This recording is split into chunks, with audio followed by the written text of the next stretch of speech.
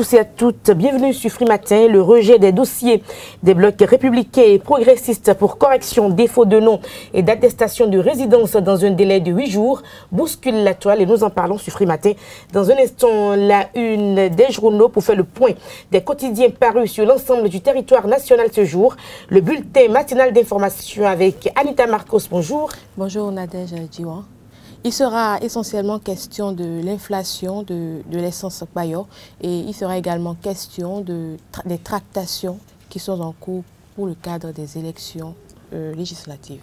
Les sports assurent dans un instant sur Free Matin avec Lariosa Jagbeno. Nous sommes mercredi, le prénom du jour avec Tatiana Padé, Astruc et Astuce.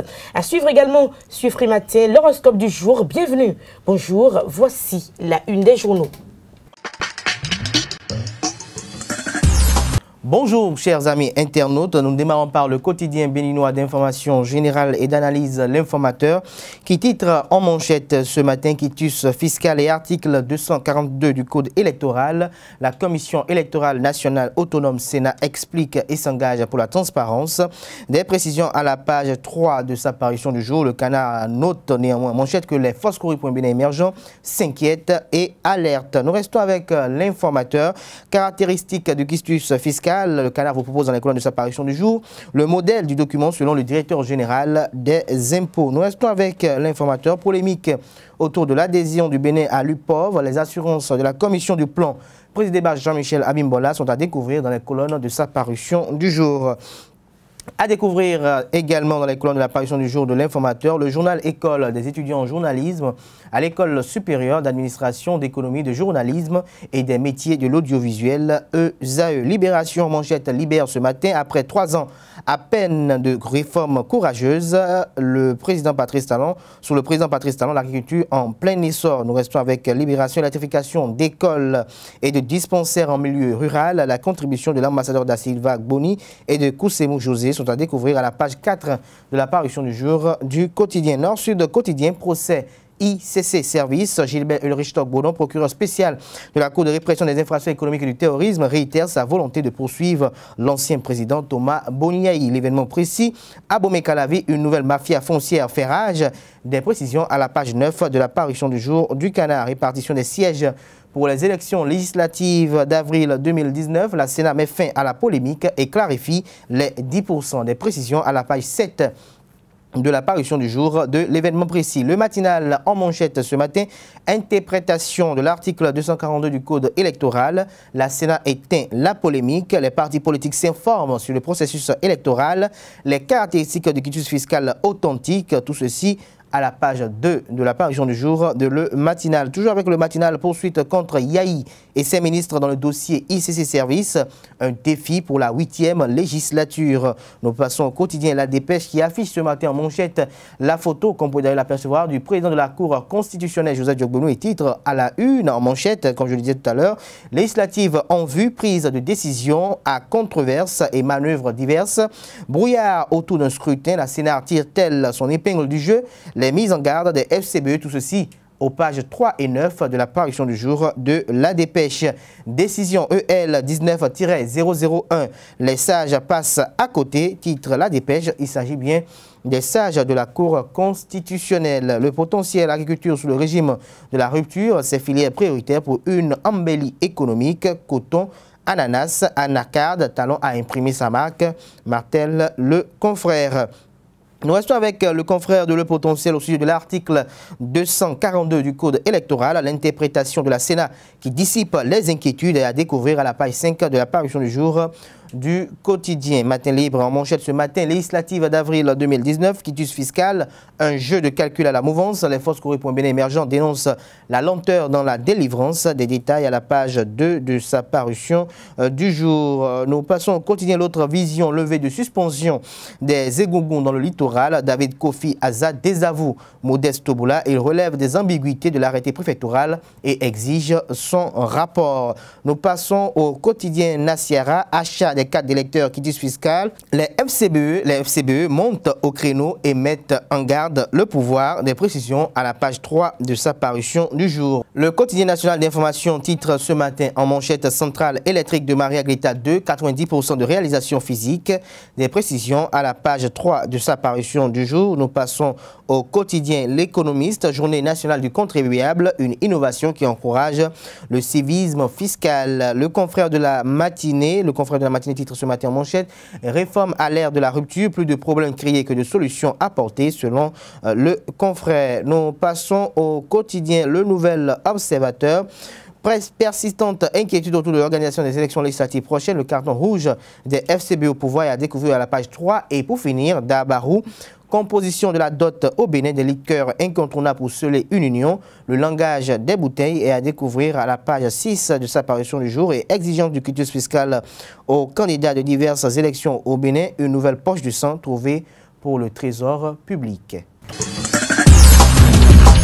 Mesdames, Messieurs, bonjour. Merci d'être avec nous pour le bulletin matinal de ce 13 février 2019.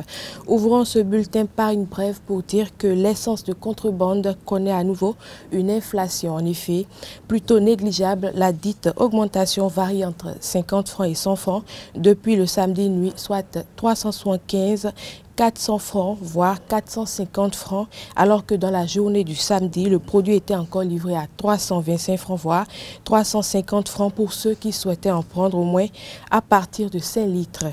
Une inflation qui n'est pas du goût des usagers béninois, mais que les distributeurs justifient par les difficultés auxquelles ils sont confrontés lors de l'approvisionnement depuis le Nigeria, et également par l'arraisonnement de certains stocks par la police.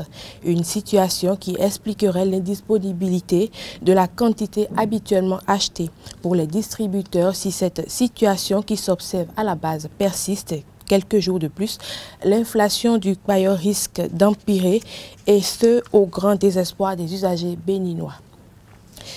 L'actualité, c'est également les échos des élections législatives d'avril 2019. En effet, à quelques semaines des élections législatives, les quatre sont en train d'être mélangés et redistribués. Dans cette logique, si les anciens présidents de l'Assemblée nationale, Antoine Iji Kolaole et Mathurin Nago, ne sont pas en lice pour les futures élections législatives, il est annoncé que dans les jours à venir, l'ancien président de l'Assemblée nationale, Bruno Amoussou également, ne sera pas candidat en avril 2019. Une nouvelle rumeur qui semble confirmer l'ambition du président Talon qui, au nom de l'attribution de chances aux jeunes, voudrait renouveler la classe politique béninoise. Suivez à ce propos le commentaire analytique de la rédaction. Patrice Talon serait-il en train de réussir une fois encore là où ses prédécesseurs ont échoué? On serait tenté de l'affirmer sans risque de se tromper avec le départ progressif de la scène politique d'acteurs longtemps perçus comme des aristocrates insurpassables et incontournables dans l'animation de la vie politique nationale. À cette ère de grandes et profondes réformes révolutionnaires tant souhaitées, la scène politique nationale est face à une double situation de renouvellement et de recomposition de sa classe. Et à l'évidence, des sacrifices s'imposent quel qu'en soit le prix à payer et la douleur ou l'amertume à ressentir. Ainsi, la réforme du système partisan et le nouveau code électoral, légiféré pour assainir le paysage politique béninois, déjà vicieux et pourri à putréfaction avancée, ont des effets extrêmement corrosifs sur les pseudo-politiciens, tels l'acide chlorosulfurique. Et ce qui pourrait rendre plus jouissif est que les mêmes qui ont mécaniquement voté des législations controversées et contestées dans le seul souci de plaire au chef, tout en occultant les enjeux de leur action, afin d'en appréhender les difficultés, se retrouve la queue dans la gueule. Si l'autre était l'intrus qui connaissait la maison, celui-ci apparaît comme celui qui a élaboré l'architecture de cette maison et dont la maîtrise jusqu'à la tuyauterie. Ils ont été bernés par excès de naïveté politique quand on les a promis qu'ils seront tous reconduits sur les listes en 2019. Fini les fantasmes et hallucinations. ceux qui ont été membres du bloc de la majorité parlementaire BMP, dans le seul souci d'être à l'abri des poursuites judiciaires dans le cadre des légèretés commises pendant leur gestion de la chose publique, seront des potentiels clients de la Cour de répression des infractions économiques et du terrorisme Criette. Le procureur spécial, Gilbert Ulrich Togbonon, devrait se ressourcer car après avril 2019, la boutique Criette aura plus de clients à travers la spéciale promo gouvernementale qui sera probablement baptisée « Zéro dossier de corruption et malgouvernance » dans les placards. Certains ne vont seulement pas se contenter de quitter la scène politique, ils vont s'empresser de quitter le continent. Car, conscients de l'ampleur de leurs crimes économiques, ils ne siégeront pas à l'Assemblée nationale, mais plutôt feront partie de l'Assemblée pénitentiaire. Ne parlons pas de chasse aux sorcières, car on s'en souvient encore de la position de Boni Yahi sur certains scandales perçus comme cénotaphes qui relèvent d'un gauchisme monumental. Patrice Talon, dans sa ferme volonté de mettre un terme à la politique qui fonctionne au gré des intérêts et humeurs de certaines personnes nanties, afin de promouvoir l'alternance, a foutu en l'air le business politique et l'a démystifié. Cependant, à quelque chose malheur est bon, diront d'autres. Bravo à Patrice Talon, murmureraient ces jeunes gens qui auraient appelé de tous les vœux ce moment. Celui de leur ascension afin d'exprimer leurs idées qui pendant longtemps ont été exploitées par des chantres de l'ingratitude et de l'égocentrisme outrancier. À quelques jours des élections législatives du 28 avril 2019, nombreux sont-ils à ne pas savoir à quel sein se vouer. Dans ce gouffre hanté, chargé d'un brouillard pesant, Patrice Talon a su indiquer avec ruse la porte de sortie à certains acteurs politiques. Les exigences du quitus fiscal devenant étouffantes et le caractère dubitatif lié au positionnement sur les listes justifient plusieurs de ces départs. Pris en otage et ligotés par l'anarchie de grands seigneurs et le culte de la personnalité, ces carriéristes politiques qui ont toujours pensé que rien ne peut se décider au Bénin sans leur imprimature sont finissants. Les mythes sont tombés, les intouchables sont touchés. Mais à y voir de près, Patrice Talon dispose-t-il de moyens politiques en toute autonomie et indépendance pour assumer une transition sans anicroche? Au Bénin, les jeunes talentueux, vertueux et responsables qui peuvent animer la vie politique nationale et contribuer au débat public avec patriotisme existent. Ils sont rares, voire rarissimes, mais existent. Certes, ils paraissent indomptables, mais avec malice, on pourrait leur inculquer à ceux qui en manquent certaines valeurs de sagesse. 2019 est l'occasion en or qu'offre Patrice Talon à cette jeunesse qui a toujours été instrumentalisée pour s'affirmer. La jeunesse dans cette révolution a donc son destin en main. Un atelier de formation sur la certification pour la promotion de l'égalité du genre et l'introduction du processus dans le secteur public du Bénin a été organisé par le ministère des Affaires sociales et de la microfinance le mardi 12 février à l'Infosec à Cotonou. Cette session a été initiée par le Programme des Nations Unies pour le développement PNUD compte tenu de la disparité de sexe sur le marché du travail. Elle va entre autres permettre aux participants d'avoir plus de clarté sur le cadre conceptuel du Gender Equality SIL et sa finalité. Ce sera tout pour ce bulletin matinal. Merci de nous avoir suivis. Merci à vous, Anita Marcos, pour la présentation du bulletin matinal d'information. La grande édition est prévue pour 19 h sur Esawe TV. Nous vous proposons à présent de suivre le prénom du jour avec Tatiana Padé. Nadège, bonjour. Mesdames et messieurs, bonjour. Le prénom endogène de ce jour est de l'ethnie Koun et Fon. Pédéting, ce prénom signifie louange, remerciement à l'endroit du Créateur. Ce prénom veut tout simplement aussi dire s'il existe une gloire, une louange, c'est à Dieu. Il est attribué à un enfant dont les parents souhaitent en faire une louange à Dieu. Alors, si vous portez ce prénom, sachez tout simplement que vous êtes une louange, un remerciement. C'est ainsi que prend fin le prénom endogène de ce jour. Merci pour votre attention. Retour plateau, Kader Achirou avec le rejet des dossiers des blocs républicains et progressistes pour correction. On a l'impression que l'opposition a quand même un tout petit peu du grain à moudre. Non, il faut noter que même le parti FCB aussi essaie de vu son dossier aussi également rejeté. Ils ont essayé de remplir, de se conformer à ce qu'on leur exigeait. Ils ont essayé quand même de déposer le dossier. Je crois qu'à ce niveau donné, nous pouvons exprimer, sans risque de se tromper. C'est vrai que d'aucuns estiment que c'est un calcul politique qui a été effectué, mais nous pouvons dire que ce qui a été effectué, c'est en toute impartialité, parce que nous ne pouvons pas faire une politique de deux poids, deux mesures. Le régime de la rupture est contre cela, est contre le favoritisme. Et donc, qu'on apprenne, ça a été vraiment surprenant que les deux partis politiques qui soutiennent le président Patrice Talon ont vu leur dossier rejeté avec des observations monstres. Je crois qu'à ce niveau donné, on ne peut que dire que les institutions de l'État sont libres quand on sait très bien que le ministre de l'Intérieur est membre d'un des blocs et donc partisan et militant d'un des partis politiques. Et s'il arrivera à ce que son ministère décide de rejeter les dossiers de ce parti politique, c'est que aujourd'hui, il y a une distinction entre la fonction ministérielle et la fonction politique ou l'activisme politique que représentent les différents acteurs du gouvernement, ce qui n'était pas le cas sous autres cieux. Donc nous ne pouvons que applaudir cela. Mais la véritable inquiétude des uns et des autres au niveau de ces prochaines élections législatives, ce n'est pas véritablement peut-être la conformité ou non, mais c'est l'obtention de quitus fiscal et les différents récépissés qui sont exigés. C'est ça qui est véritablement le problème, parce que quel que soit ce qui serait fait, on se pose des questions de savoir comment on va obtenir le quitus fiscal, comment les récépissés seront délivrés à la fin, et l'essentiel, c'est comment les sièges seront partagés. Parce que jusqu'à aujourd'hui, cet article 242 continue d'entretenir un flou au niveau des esprits des participants à cette élection législative, même aux yeux des observateurs qui ne comprennent rien. Et on a comme l'impression également que les différentes institutions également elles-mêmes semblent ne pas véritablement s'accorder sur le bon palier. Mais l'inquiétude qui devait être véritablement, c'est que le peuple béninois qui a toujours été pacifique fasse un vote utile. Parce que ce que nous attendons de part et d'autre, que ce soit du côté de la mouvance ou du côté de l'opposition, n'appelle pas à effectuer un vote utile quand d'autres estiment qu'il faut sanctionner un régime, il faut peut-être combattre un régime, alors que le régime est en train de juste faire 3 ans, alors que ce n'est pas un régime installé depuis peut-être 10 ans ou peut-être 15 ans, et que les discours sont ceux qui appellent à l'insurrection. Je crois qu'il y a des inquiétudes à ce niveau. De l'autre côté également, il ne devait pas avoir des discours visant à être assimilés un peu comme des sarcasmes ou avanies contre peut-être un homme, mais des discours qui doivent être conciliateurs, même si ceux d'en face sont dans un discours ordurier ou dans un langage ordurier ou un langage peut-être qui n'honore pas l'honorabilité peut-être de leur parti politique. Donc je crois qu'à ce niveau, il faut voir un peu les choses. Il faut mettre de l'eau dans le vin de chaque parti politique, parce que, comme on le dit toujours, le Bénin a toujours été cette démocratie qui, au moment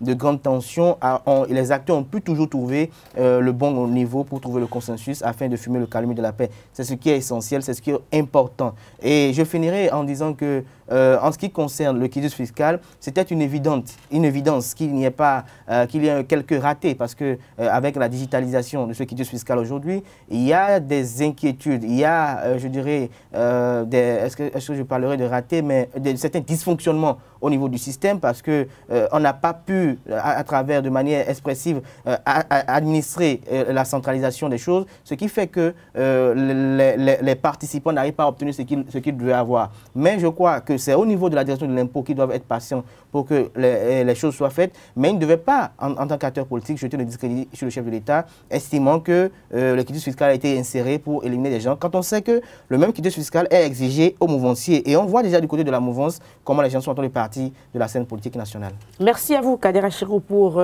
vos commentaires. Sur Frimatin, voici Karine Aouvoissi qui nous présente trucs et astuces ce mercredi matin.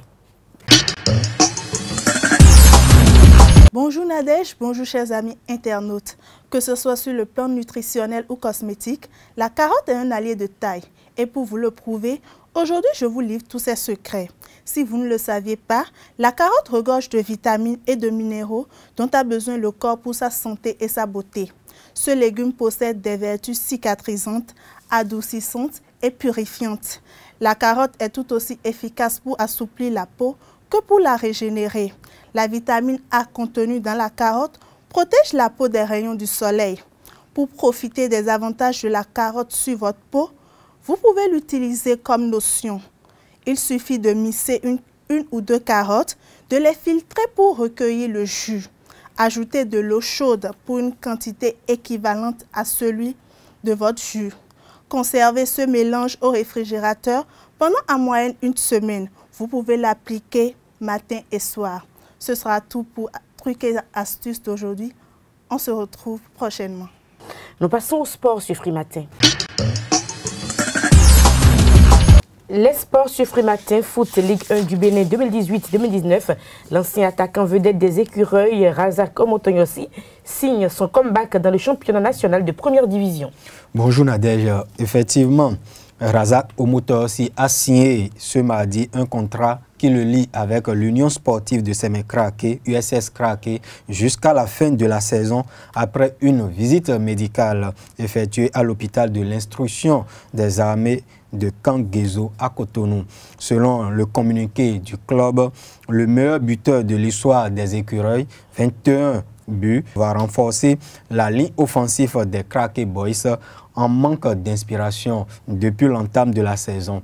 Et pour rappel, Razak Omotoyossi a évolué sous les couleurs de la jeunesse sportive de Koubé, JSP, en 2005 avant de quitter le Bénin après la CAN Junior, dont il était l'un des meilleurs artificiers au Bénin en 2005 comme je l'annonçais. Il faut dire que la forme physique du joueur reste à déterminer. Le joueur n'est pas physiquement prêt parce que sa dernière apparition dans un club remonte en 2015 avec l'Olympique Safi du Maroc. Pendant ce temps, Luc-René Mensa a été nommé à la tête de l'encadrement technique de l'ASPAC en remplacement d'Ibrahim Aboudou. Oui, les choses sont allées très vite du côté de l'association sportive du port autonome de Cotonou ASPAC. Quelques heures après le limogeage de l'ancien entraîneur Ibrahim Aboudou, Luc-René Messan prend siège sur le banc de touche et il a dirigé hier sa première séance d'entraînement avec l'équipe et il faut dire que son bail court jusqu'à la fin de cette saison. Et il faut également ajouter qu'un second entraîneur a été débarqué de son poste. Il s'agit de Roger Janvier Enama, qui a été licencié par la direction de l'UPI ONM pour insuffisance de résultats, toujours ce mardi. Sur le continent, on joue ce mercredi les demi-finales de la 21e édition de la Coupe d'Afrique des Nations des moins de 20 ans, Niger 2019. Nigeria-Mali, c'est la première affiche de cette demi-finale qui va se dérouler à 16h au stade Général Chéni Kouché de Niamey. Et en deuxième heure, c'est-à-dire à 19h30, il y a le Sénégal, les Lions de la Teranga qui feront face aux Sud-Africains. Il s'agit des Bafana Junior de l'Afrique du Sud. Un mot sur la Ligue européenne des champions qui a repris ses droits de cité hier avec les huitièmes de finale. Le PSG, le Paris Saint-Germain, a réalisé une belle opération hier en allant s'imposer à Old Trafford 2-0 face à Manchester United. Il faut simplement dire que le théâtre des rêves des Mancuniens est devenu théâtre des cauchemars. L'autre huitième de finale de cette première journée et des matchs à élimination directe a mis aux prises l'AS Roman à FC Porto. Victoire des Romains 2-1. Il faut dire que le Porto et le club portugais partent avec une longueur d'avance pour le match retour parce que ce but inscrit à l'extérieur compte double. Merci à vous, Larios Diaboueno, pour ces informations sportives. Nous passons à l'horoscope du jour avec Ruth Sodeji. Amis internautes, si cela tâte, c'est qu'il n'y a pas ce que vous voulez, amis bélier. Côté travail, ce ne sera pas le moment de vous laisser aller ni de renoncer. Et pour ceux qui sont les amis taureaux, on ne peut pas rêver mieux que le moment qui se présente côté travail. Vos efforts seront couronnés de succès. On vous écoutera, on vous sollicitera. Bref, vous paraissez comme un leader Gémeaux. Votre horizon professionnel sera bien dégagé au cours de cette journée.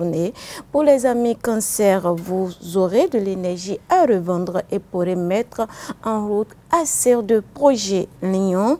Votre tempérament de fonceur sera décuplé aujourd'hui et pourra provoquer des aventures fâcheuses. Pour les amis vierges, une excellente journée pour prendre des initiatives audacieuses et pour vous lancer dans des projets ambitieux. Balance, la lune en aspect risque de vous rendre très pessimiste au cours de cette journée. Chez les amis scorpions, vous devez simplement veiller à avancer à votre rythme sans chercher à forcer le destin. Amis sagittaires, au travail, il sera tout à fait inutile de couper les cheveux en quatre. Faites plutôt une synthèse de votre situation actuelle. Capricorne, le travail ne manquera pas de votre côté et vous aurez encore des projets en souffrance dans le placard. Amis Verseau, tension plus que probable avec votre entourage. Vous refuserez certaines directives qui vous paraissent sans fondement. Amis Poissons, cette journée pourra coïncider avec une amélioration de la situation professionnelle. Les plus favorisés du signe sont celles ou ceux qui travaillent dans le cadre d'une entreprise ou d'une administration. Chers amis internautes, si cela tarde, c'est qu'il n'y a pas ce que vous voulez. Passez une agréable journée. Ainsi sur FM Free Matin de ce mercredi matin. Portez-vous bien, au revoir et à demain pour un autre numéro. Au revoir.